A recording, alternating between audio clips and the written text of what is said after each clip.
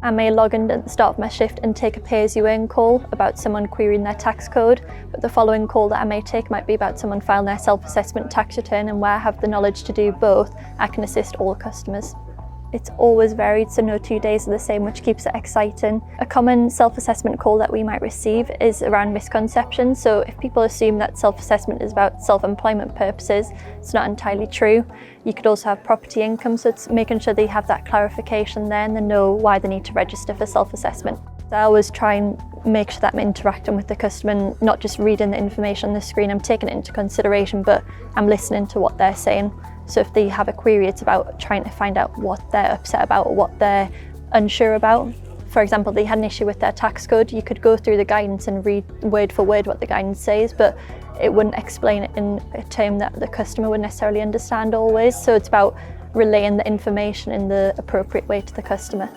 So for more challenging calls, you are aware that you have that support there from your team and your manager, which is always good because they can be difficult to deal with sometimes, but it's also just knowing that you have those resources there to help you deal with the calls. Since starting my role at HMRC, I've definitely grown as a person in terms of my confidence, and that was assisted through the Spring Development Programme, which is one of the internal development programmes here. Before that, I wouldn't have even considered leading a team meeting, but after completing the programme, I was networking with new individuals at higher, more senior levels, and it developed my communication, my confidence, but also just my internal almost belief in myself.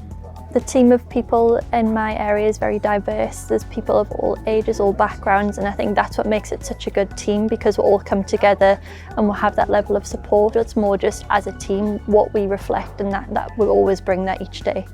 My advice to anyone who is considering joining the customer service group is to go into it with an open mind.